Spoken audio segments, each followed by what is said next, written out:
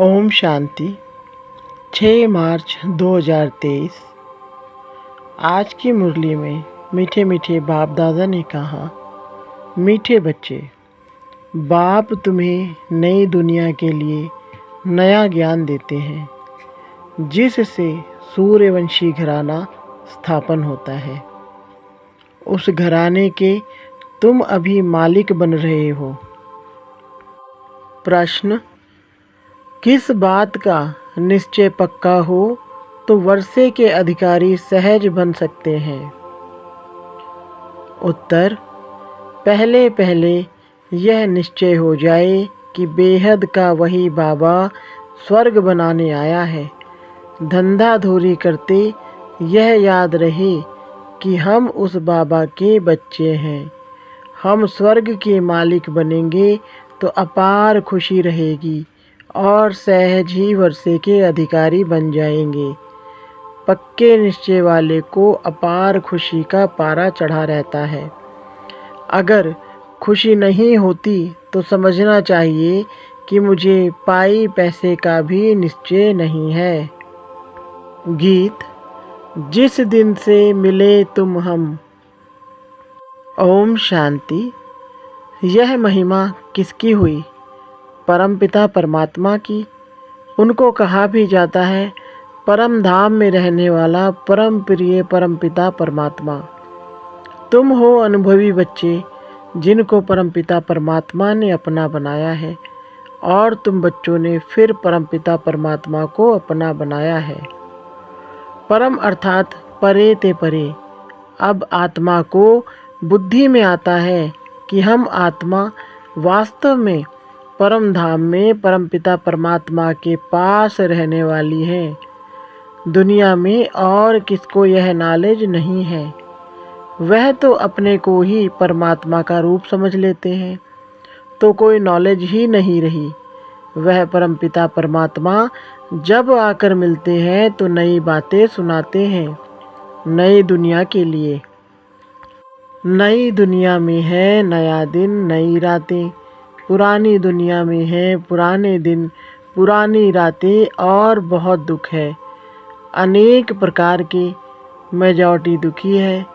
रात को काम कटारी चलाते, दिन में भी पाप करते रहते।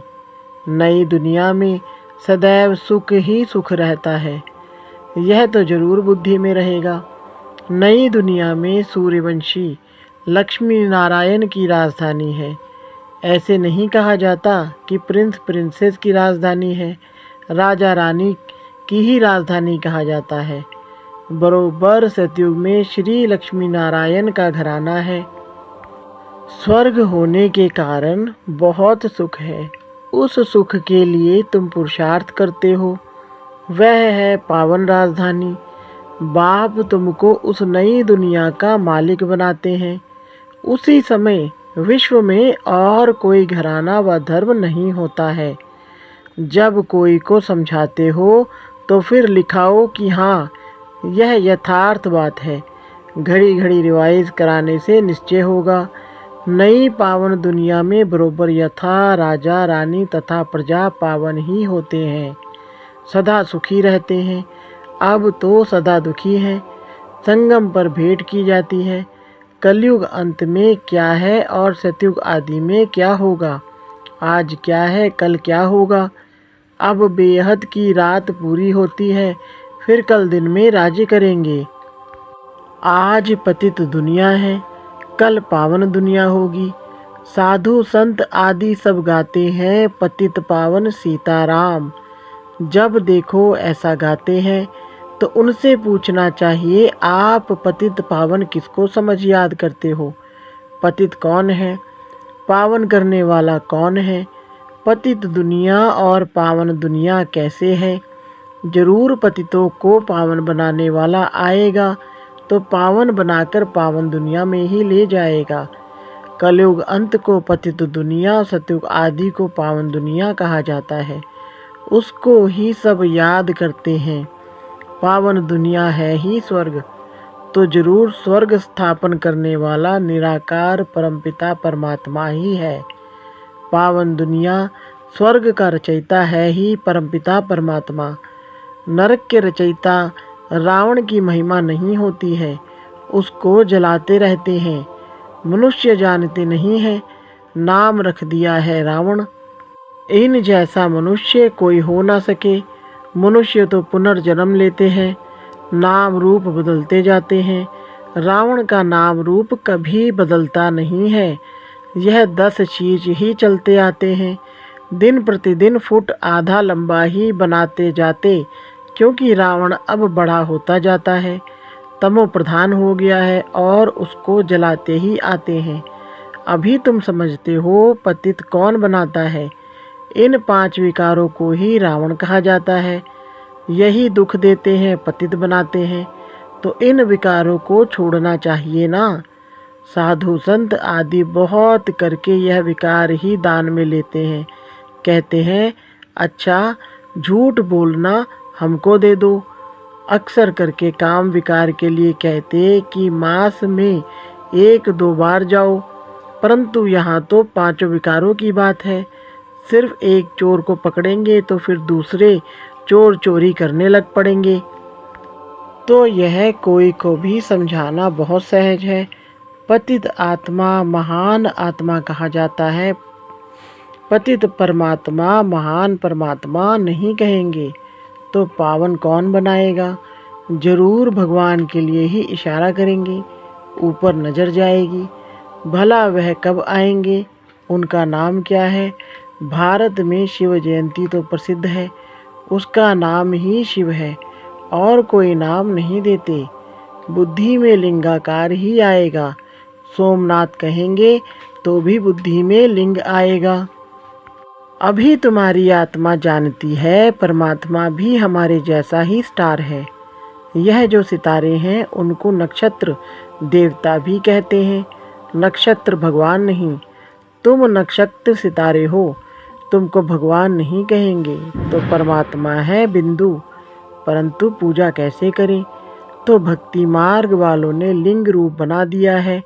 इतनी बड़ी चीज़ है नहीं। आत्मा तो छोटी बड़ी होती नहीं, तो उनको बड़ा बनाना भी रॉन्ग हो जाता है। कोई मनुष्य को परमात्मा का यथार्थ ज्ञान है नहीं। यह वही बड़ी महीन बातें हैं। कहते हैं एकदम बिंदी है, उनको याद कैसे करें। अरे आत्मा को अपने बाप को याद करना तो बहुत सहज है। सिर्फ बाप की महिमा न्यारी है, आत्मा तो एक जैसी ही है।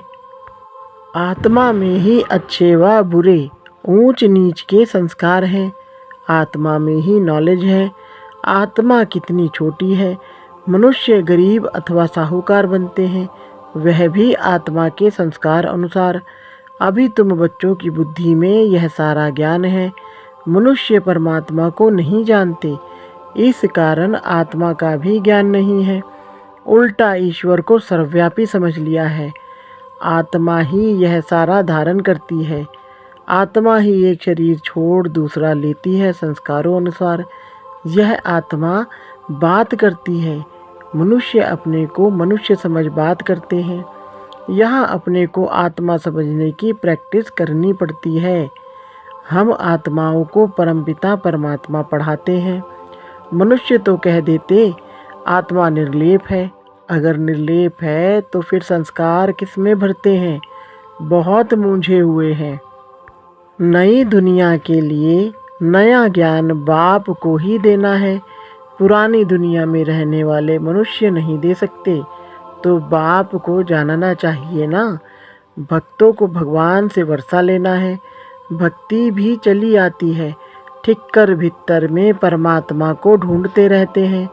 समझते हैं सब परमात्मा के रूप हैं, वास्तव में है सब भाई भाई। लक्ष्मी नारायण से लेकर जो भी मनुष्य मात्र हैं, सब भाई भाई हैं अथवा भाई बहन हैं, क्योंकि प्रजापिता ब्रह्मा की औलाद हैं। अगर शिव की औलाद कहें तो वह निराकार आत्माएं हैं। ब्रह्मा के बच्चे बहन भाई जिस्मानी हो जाते हैं, परंतु फिर गृहस्थ व्यवहार में आने से भाई बहन का भान भूल जाते हैं। अगर वह ज्ञान रहे तो फिर विकार में भी ना जाए। अभी फिर बाप समझाते हैं, तुम विकार में न जाओ। तुम एक बाप के बच्चे भाई बहन हो। अभी ब्रह्मा सामने बैठे हैं, तुम उनके बच्चे बीके हो। यह युक्ति है गृहस्थ व्यवहार में रहते पवित्र बनने की। जनक का भी मिसाल है ना। पहले सिर्फ एक एक बात का निश्चय हो जाए कि बाप आया हुआ है स्वर्ग बनाने। बस यह तीर लग जाए तो झट बाप के बन जाए। बाप कहते हैं, तुम हमारा बन जाओ तो हम तुमको स्वर्ग का मालिक बनाएंगे। निश्चय है कि वही बेहद का बाप है। हम वर्षा जरूर लेंगे। मन मना भव मध्या जीव भव। कितनी सहज बात है। धंधा धोरी करते बुद्धि में यह स्मृति रहे कि हम बाबा के बच्चे हैं। वह स्वर्ग के मालिक बनेंगे तो यह खुशी रहेगी। यह 84 जन्मों का चक्र है। 84 जन्म फिर सूर्यवंशी देवी देवताओं का ही है। तुम जानते हो हम स्वदर्शन चक्रधारी हैं। सिर्फ चक्र कहने से जन्म सिद्ध नहीं होते, इसलिए कहना है कि हम 84 जन्मों को जानने वाले स्वदर्शन चक्रधारी हैं। तो बाप भी याद आएगा, 5 युग भी याद आएंगे। अब फिर जाता हूँ स्वर्ग में। हमारे 84 जन्म पूरे हुए। बुद्धि में चक्र फिरता रहे और शरीर निर्वाह अर्थ काम भी करता रहे। बाबा ने कहा है स्वदर्शन चक्र का ज्ञान मेरे भक्तों को देना। उनको समझने से झट यह निश्चय होगा, बरोबर हम 84 जन्म लेते हैं। 84 जन्म ना लेने वाला होगा तो उसको धारणा ही नहीं होगी। 84 जन्मों का अर्थ ही है पहले पहले हम सूर्यवंशी में आएंगे। थोड़ा भी कोई सुनकर जाएगा तो स्वर्ग में जरूर आएगा, परंतु 84 जन्म नहीं लेंगे। देरी से भी आ सकते हैं। उनके फिर 84 जन्म थोड़े ही होंगे। यह ज्ञान की कितनी महीन बातें हैं, कितना हिसाब किताब है। फिर भी बाप कहते हैं, अच्छा अगर इतना गुहराज नहीं समझते हो तो भला बाप का बन वर्षा तो लो। हम शिव बाबा के बच्चे हैं। वह स्वर्ग का रचयिता है। यह नशा रहना चाहिए, परंतु माया ठहरने नहीं देती है। कोई तो कहते हैं बाप और वर्षे को याद करना, यह कोई बड़ी बात नहीं। माया हमको क्या करेगी, हम तो जरूर वर्षा पाएंगे। कितनी सहज बात है। कोई को तीर लग जाए तो बाप और वर्षे को याद करते बहुत खुशी में रहे। जब तक खुशी नहीं आती तो बाबा कहेंगे पाई पैसे के निश्चय वाले हैं। पक्के निश्चय वाले को खुशी का पारा बहुत चढ़ा रहता है। कोई राजा के पास संतान नहीं होती है तो कहते हैं किले के अंदर जो पहले पहले आएगा उनको गोद में लेंगे। फिर क्यों लग जाती है, मैच में भी क्यों लगती है, दूध की बोतलों पर भी क्यों लगती है। पहला नंबर जाने के लिए सवेरे उठकर जाए खड़े रहते हैं। नहीं तो समझते हैं फिर ठहरना पड़ेगा। तो यहाँ भी बाबा के गले का हार बनने के लिए क्यों है। सारा मदार पुरुषार्थ पर है। बाप को याद करना यह बुद्धि की दौड़ है। बाकी काम आदि भल करते रहो। आत्मा की दिल यार दे हथ कार दे। आशिक माशूक एक जगह बैठ थोड़े ही जाते हैं। काम काज आदि सब कुछ करते बुद्धि उनके तरफ रहती है। तो यहाँ भी बुद्धि एक के साथ चाहिए जो हमको स्वर्ग का मालिक बनाता है। जो टाइम मिलता है उसमें पुरुषार्थ करो। गृहस्थ व्यवहार में भी रहना है। यह कोई कर्म संन्यास नहीं है। शरीर निर्वाह तो करना ही है। बाप अब ब्रह्मा तन में आकर कहते हैं मैं तुम्हारा बाप हूँ। हम तुमको स्वर्ग का मालिक बनाता हूँ। तुम हमको अपना नहीं बनाएंगे। मेरे बने हो तो अब मेरे साथ योग लगाओ और मेरे बनकर फिर तुम पवित्र नहीं रहेंगे। नाम बदनाम करेंगे तो बहुत सजा खाएंगे। सतगुरु के निंदक स्वर्ग के द्वार जा नहीं सकेंगे। अच्छा, बाप दादा मात पिता जिससे स्वर्ग के सदा सुख का वर्षा लेते हो, स्वदर्शन चक्रधारी बन राज्य भाग्य लेते हो, ऐसे बाप दादा का सिकिल दे बच्चों को याद प्यार और गुड मॉर्निंग। रूहानी बाप की रूहानी बच्चों को नमस्ते। रूहानी बच्चों की रूहानी बाप दादा को नमस्ते जी। धारणा के लिए मुख्य सार। नंबर 1, बाप के गले का हार बनने के लिए बुद्धि की दौड़ लगानी है, याद की यात्रा में रेस करनी है। नंबर 2, शरीर निर्वाह अर्थ कर्म करते स्वदर्शन चक्र फिराना है, कभी भी सतगुरु का निंदक नहीं बनना है, नाम बदनाम करने वाला कर्म नहीं करना है। वरदान, अपने बचे हुए तन मन धन को ईश्वरीय कार्य में लगाकर जमा करने वाले सदा सहयोगी भव। विस्तार, यादगार में जो गोवर्धन पर्वत को उठाने में हर एक की अंगुली दिखाई है, यह आपके सहयोग की निशानी है।